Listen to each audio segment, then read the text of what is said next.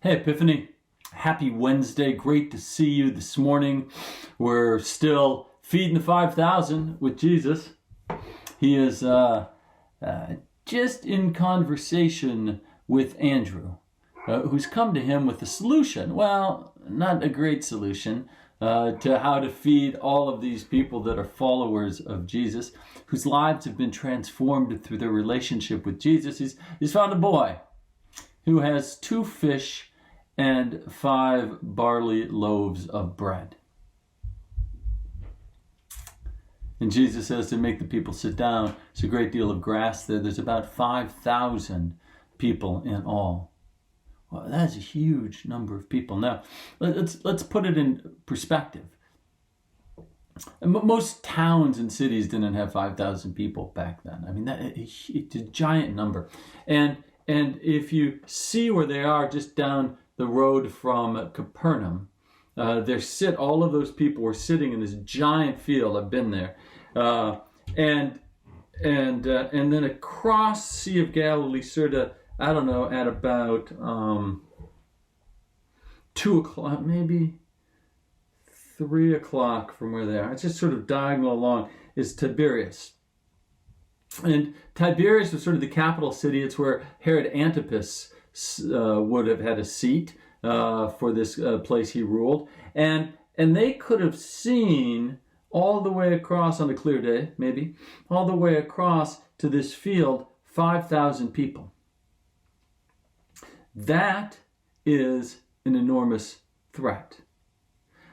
That Jesus has 5,000 people following him.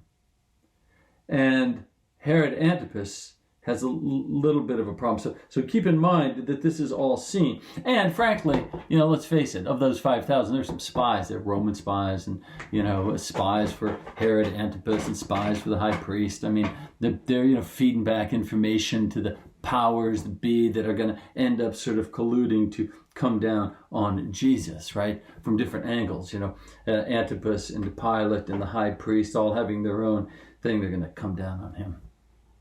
And they see 5,000 people following him.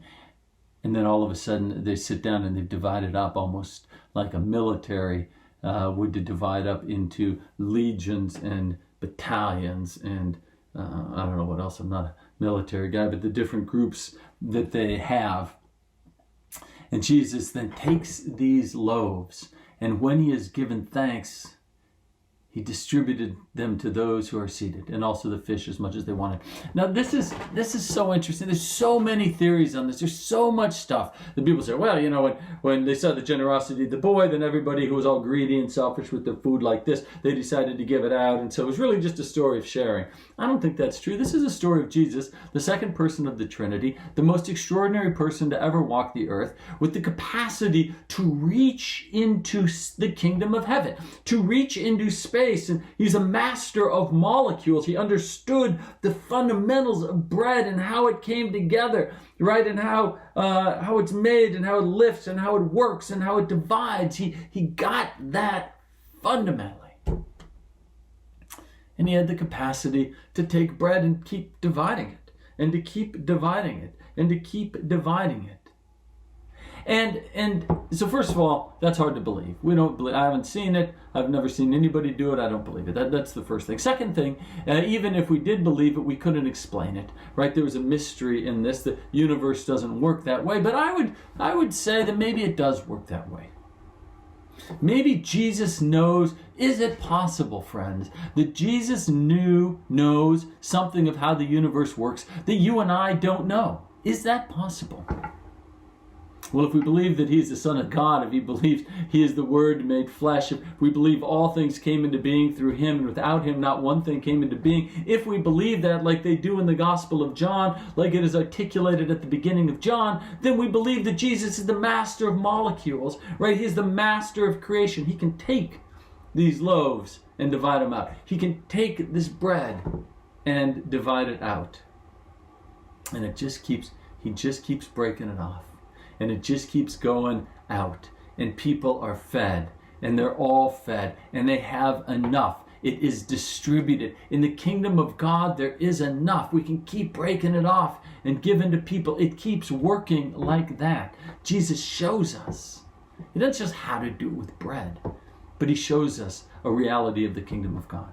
And it is distributed to all the people. And when they're satisfied, he says, gather up the fragments. And they gather up the fragments of those 5 barley loaves, and they have 12 baskets.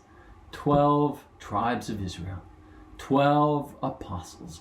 Right? The number 12 indicated something about who Jesus was ministering to and how he was moving. He was the fulfillment of that promise. The fulfillment of the promise. And they got it. Right? The 5,000, they got it. We see it right here, verse 15. When Jesus realizes that there were verse 14. When the people saw the signs that he had done, they began to say, this is indeed the prophet. Remember, prophet Moses? This is the prophet who is to come into the world. And when Jesus realized they were going to come and make him king by force, he withdrew to the mountain by himself. Amazing. So I want you to contemplate that idea today. That is it possible that Jesus knew something about how to keep dividing up bread? I love that idea. Something to meditate on today. It's nice to see you. Thank you for joining me. It means a lot to me. I hope these little daily reflections are helpful in some way in your life. You're in my prayers. I love you. And peace upon your souls.